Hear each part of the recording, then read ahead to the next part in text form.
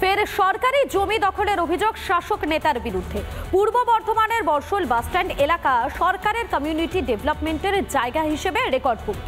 এর একপাশে বজ্র প্রক্রিয়াকরণের সরকারি প্রকল্প রয়েছে, আর সেই প্রকল্পের পাঁচিলের গা ঘেঁষে গজিয়ে উঠেছে একের পর এক দোকানঘর। সেই সব দোকান লক্ষাধিক টাকায় বিক্রির অভিযোগ পঞ্চায়েত প্রধানের বিরুদ্ধে। অভিযোগ পেতেই নোটিশ সাঁটালো বিডিও। সরকারি জায়গায় গজিয়ে উঠেছে একের পর এক ঘর। কংক্রিটের পাঁচিল দিয়ে দোকানঘর তৈরির কাজ প্রায় শেষের দিকে, অথচ কারা এই দোকানঘর তৈরি করেছে সরকারি খাতায় নেই তার কোনো তথ্য। বর্ষল 2 নম্বর ব্লকে এবং একটি দুটি দোকান না, প্রায় কার্যত 18টি দোকান এইভাবে নির্মাণ করা হয়েছে। ইতিমধ্যে এলাকার যারা বাসিন্দারা তারা অভিযোগ করেছেন যে কিভাবে সরকারি জমি দখল করে এইভাবে দোকানঘর তৈরি করা যায়। নোটিশ ভিডিও বন্ধ করে দিয়েছে, নির্মাণ হচ্ছিল দোকানঘর।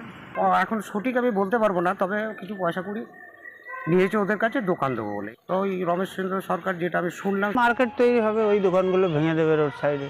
না, আমি নেইনি, পয়সার ব্যাপার আছে তো, 1,70,000 1.5 লাখ পয়সাটা এখন একে নেবে, প্রধান নেবে। প্রধান এবার কাকে দেবে, ভিডিওতে দেবে না কাকে দেবে সেটা বলবে।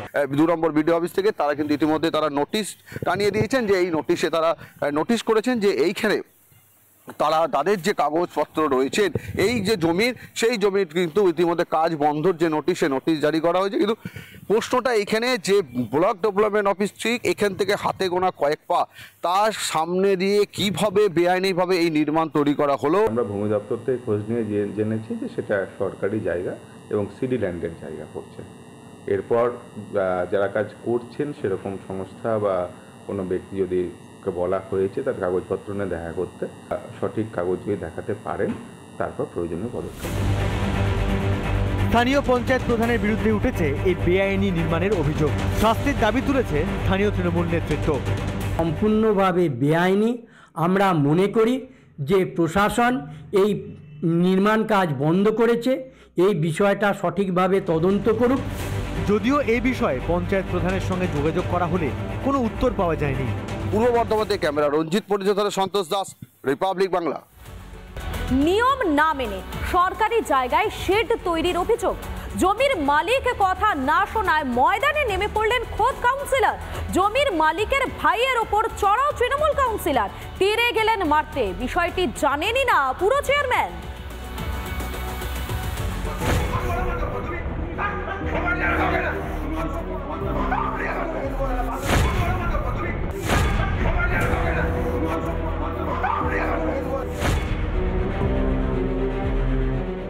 দেখছেন কিভাবে গায়ে উঠে হাত মুড়ে মারতে যাচ্ছেন কাউন্সিলর। এই ছবি পশ্চিম মেদিনীপুরের চন্দ্রকোনার 1 নম্বর ওয়ার্ড গোবিন্দপুরের।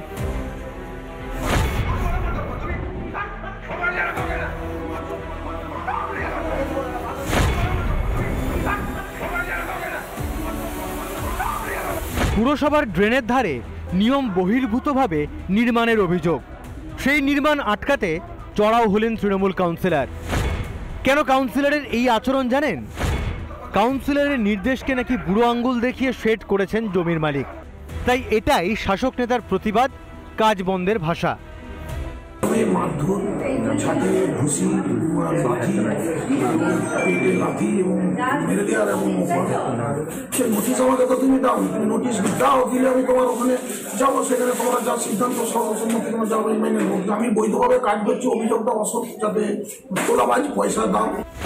নিজের জমির ওপরে শেড দিয়েছেন বলে দাবি জমির মালিকের। সাথে বলছে আচ্ছা রাখো, এটা না করে তুমি এক কাজ করো, একদিন থেমে যাও না, আমার সাথে বসবে, আমি তোমাকে যা বলার বলে দেবো। মানে আমি বুঝতে পারলাম ওদের এবার একটা তোলাবাজি তো সিস্টেম আছে, সেই সিস্টেমে যাচ্ছি। আমি কিছু না উপেক্ষা করে আমি তারপর টিম ছাইতে লেগেছে। কথা হলো মারধরের অভিযোগ মানতে নারাজ অভিযুক্ত কাউন্সিলর। আজ থেকে 3 দিন আগে যখন অবৈধভাবে ওই ট্রাস্ট করে কোর্টে যাই এবং তাকে শান্তিপূর্ণভাবেই, আমি ভদ্রভাবেই বলি, দাদা এই তোমার নির্মাণটা ঠিক হয়নি। পরেই আজকে আবার এলাকার মানুষের কাছ থেকে আমি খবর পাই, চলে যাই। এই কথাটা ঠিক যে আমি চেঁচিয়ে কথা বলি, কিছু কথা কাটাকাটিও হয়, কিন্তু মারধরের ঘটনা পুরোপুরিভাবে মিথ্যা। যদি বেআইনি নির্মাণ বা বেআইনি শেড হয়ে থাকে তাহলে সেটা অবশ্যই পুরো চেয়ারম্যানের জানার কথা। কিন্তু আদৌ কি জানতেন চেয়ারম্যান? কাউন্সিলরও কিছু বলে না, আর যারা সেট করছে তারাও কিছু বলে না। আমি এই কি ঘটনা ঘটেছে আমি সেটা আমার কাছে কোনো অভিযোগই নেই। এখন প্রশ্ন, বেআইনি নির্মাণের যদি অভিযোগ থেকে থাকে তাহলে কেন জমির মালিককে নোটিশ দেওয়া হলো না? কোন ক্ষমতা বলে কাউন্সিলরের এই গাজোয়ারি? রিপাবলিক বাংলা। ইংরেজবাজারের 16 নম্বর ওয়ার্ডের মানুষদের পরিশ্রুত পানীয় জলের সংস্থানে এবার নির্মাণের কোপ। পরিশ্রুত পানীয় জলের জল প্রকল্প বন্ধ করে নির্মাণ কাজ করার অভিযোগ করছেন পাশের ওয়ার্ডের কাউন্সিলরই। যদিও ঘটনাটি পুরোটাই ভুল বোঝাবুঝির বলে দায় সারার চেষ্টা করছেন তৃণমূল নেতৃত্ব।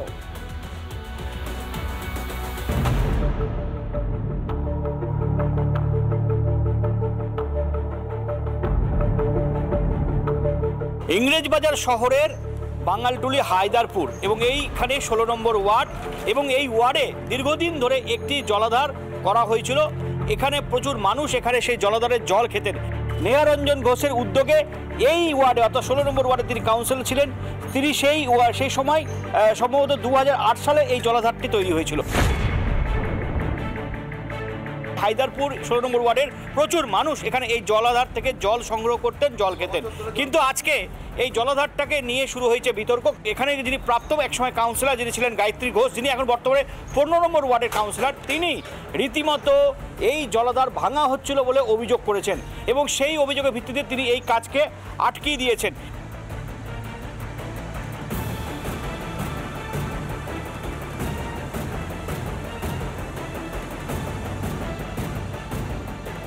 এই ক্লাবে ভিতরে এই জলাধারটি করা হয়েছিল এবং এই জলাধারটি দেখা যাচ্ছে সেখানে রীতিমতো ক্লাবের ভিতরে এটি কনস্ট্রাকশন তৈরি করা হয়েছে এবং এই কনস্ট্রাকশনের রীতিমতো এই কনস্ট্রাকশন হয়ে যাওয়ার পর এখানে কিন্তু যে জলাধারটা আজকে তৈরি করা হয়েছিল সেই জলাধারটাকে রীতিমতো ভেঙে ফেলা হয়েছে।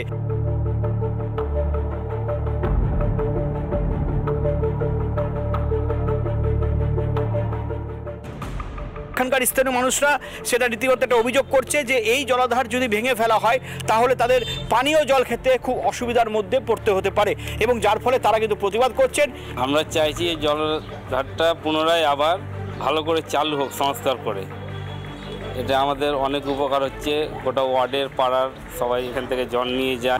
বলছি এই যে ফিল্টারের জলটা বন্ধ আছে অনেক দিন ধরে, ভেঙে দিচ্ছে, কিন্তু এটা ভেঙে দিলে আমরা জলটা কিভাবে করে খেতে পাবো, এটা যেন ঠিক করে দেয়। কি বলছে ফিল্টারটা যেন না ভাঙা হয়, আবার চালু করা হয়। এখানকার যিনি প্রাক্তন কাউন্সিলর, বর্তমানে তিনি 15 নম্বর ওয়ার্ডের কাউন্সিলর গায়ত্রী ঘোষ, তিনি রীতিমতো এই বিষয়ে পূর্ণ তদন্ত, নিরপেক্ষ তদন্তর দাবিতে তিনি কিন্তু রীতিমতো জেলা শাসকের কাছে অভিযোগ করেছেন। আমি দেখতে পাই হঠাৎ করে যে সেখানে একটা জলাধারকে ভাঙা হচ্ছে, সঙ্গে সঙ্গে আমি আমাদের পৌরসভার চেয়ারম্যান সাহেবকে ফোন করি এবং আমি ওয়ার্ডের কাউন্সিলর সাহেবকে ফোন করি। চেয়ারম্যান সাহেব কোনো সদুত্তর আমাকে দিতে পারেননি। একটা বাণিজ্যিক একটা বিল্ডিং তৈরি হচ্ছে, সেই বাণিজ্যিক বিল্ডিংটার জন্যই সেটাকে ভাঙা হচ্ছে, তাই জলাধারকে রেখে তারা বৈধভাবে সেই বিল্ডিংটাকে তৈরি করুক। অ্যাকচুয়ালি ওনার একটা ভুল বোঝাবুঝি হয়ে গেছে। জলাধারটা জীবন ধরে একটু বাজে অবস্থাতেই ছিল, তো ওরা আমাদের কাছে অনুরোধ করেছিল মৌখিকভাবে যে জলাধারটাকে আমরা একটু রিপেয়ার করে সুন্দরভাবে রিপেয়ার করে দেবো এবং একটা গেট করবো। এখানে পরিষ্কারভাবে আমরা একটা দেখতে পাচ্ছি একই বোর্ডের, তৃণমূলের বোর্ডের মধ্যে সিআইসি ভার্সেস চেয়ারম্যানের সংঘর্ষ হচ্ছে এবং যে বিষয়টা নিয়ে বোর্ডে কোনো আলোচনা হয়নি। এখন এই জলাধার যাতে টিকিয়ে রাখা হয়, জলাধার যাতে বাঁচিয়ে রাখা হয়, সেটাই কিন্তু দাবি করছেন এখানকার পৌর নাগরিকরা। মালদা থেকে দীপঙ্কর গোস্বামী, রিপাবলিক বাংলা। নানা ধরনের কন্টেন্ট দেখার জন্য লাইক করুন, শেয়ার করুন আমাদের ফেসবুক পেজ, সাবস্ক্রাইব করুন আমাদের ইউটিউব চ্যানেল। পাশাপাশি অন্যান্য ব্রেকিং নিউজের জন্য অবশ্যই চোখ রাখুন রিপাবলিক বাংলায়।